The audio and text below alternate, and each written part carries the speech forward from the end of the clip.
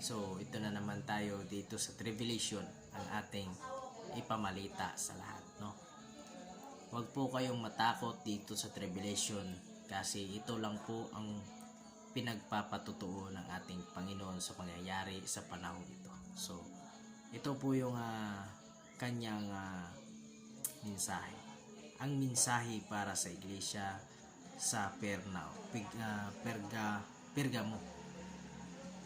Basahin natin sa 13 na Revelation 2 verse 13. Alam ko na ang kahit nakatira kayo sa lugar na hawak ni Satanas ay nanatili pa rin kayong tapat sa akin sapagkat hindi kayo tumatalikod sa pananampalataya ninyo sa akin.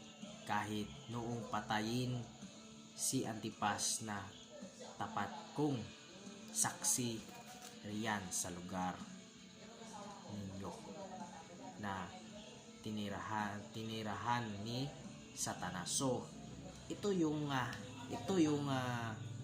part ng pinagtapunan si Satanas galing sa langit ng ating Ama. Itinapon po siya dito banda sa ibayo doon sa dagat. Ito po nasa dagat po sila ng sariling mapa na makikita natin, pero hindi ko po yun alam kung saan yun. Basta importante nakita ko po ng area yun ay bilog. Nasa ibang bansa po yun. Wala po yan dito. Nakikita po yan natin dito.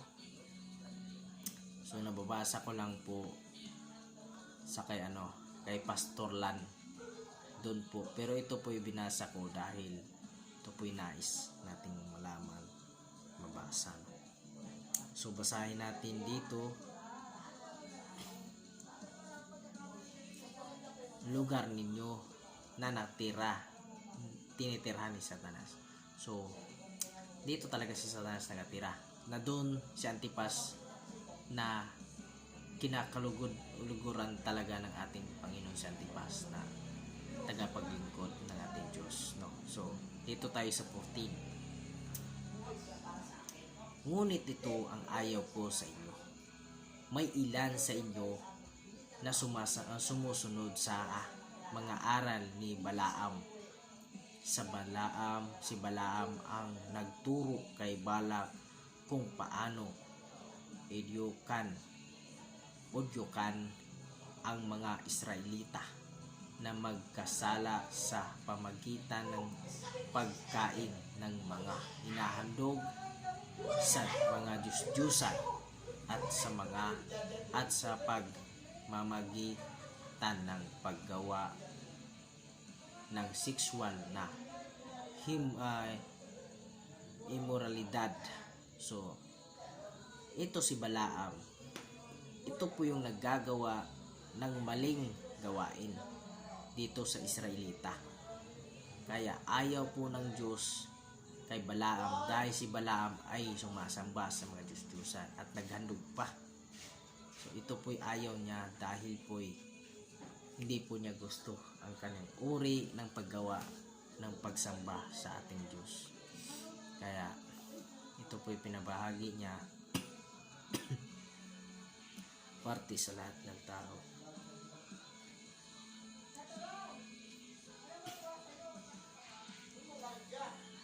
So basahin po natin dito sa Revelation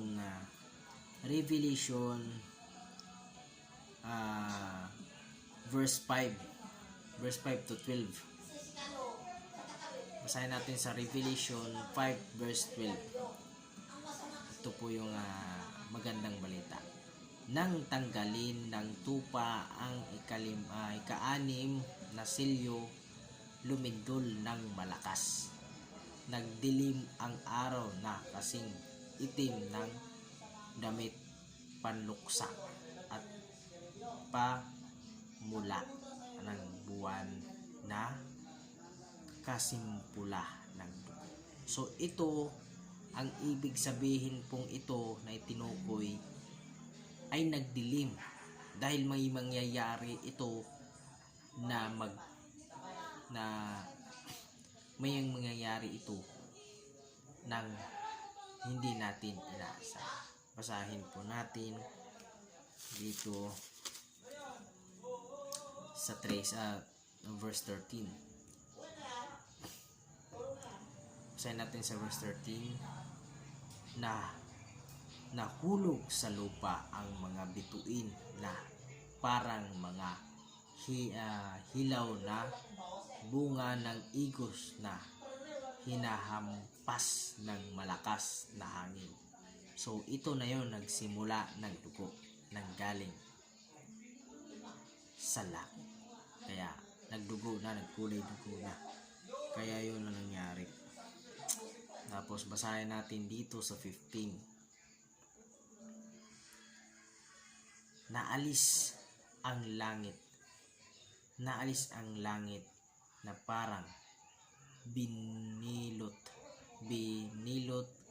na papel, at naalis din ang mga bundok at isla sa kanilagyan nila. So malinaw ang sinabi dito. Ito po ay nakapakatakot, pero okay lang naman yan. Wala namang mawawala.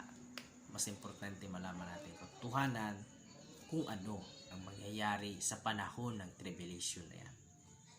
Ipanahayag ko lang po ito sa inyo para po ito ay malaman ninyo. Kahit maaga pa, malalaman na ninyo yan. So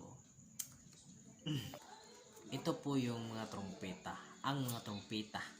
So basahin po natin ito pong talatang ito. Ang sabi, ang mga trompeta nakakahanda na ang pitong anghel upang patunugin ang kanilang trompeta. So ibig sabihin, yung sinabi ng Panginoon, ihanda ang trompeta para iyay patunugin. Yun po ang ipaparamdam na ito po'y babalik ang Panginoon. So basahin po natin, no? Nang patunugin na unang anghel ang kanyang trumpeta, umulan ng yelo at apoy na may halong dugo. Nasunog ang ikatlong bahagi ng lupa, ang ikatlong bahagi ng mga kahoy at ang lahat ng damo. So walang naiwan, sunog lahat. So ganon ang mangyayari sa mundo. So alam na natin itong verse na ito. Basahin nyo lang dito sa Revelation 8 verse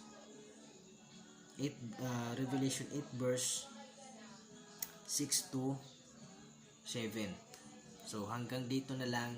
May susunod pa tayong video at doon tayo manonood ulit sa ating ipamahagi. At salamat sa inyo at lagi pa rin kayo nanonood sa ating itinalakay dito sa kabanata ng parte ng ating Panginoong Diyos sa ating pagbibigay mensahe galing sa Kanya. So salamat sa inyo. Naway pagpalain kayo ng Diyos at naway hindi nyo po makakalimutan magdasal sa araw at gabi. Salamat po sa inyo sa lahat. God bless sa inyo lahat.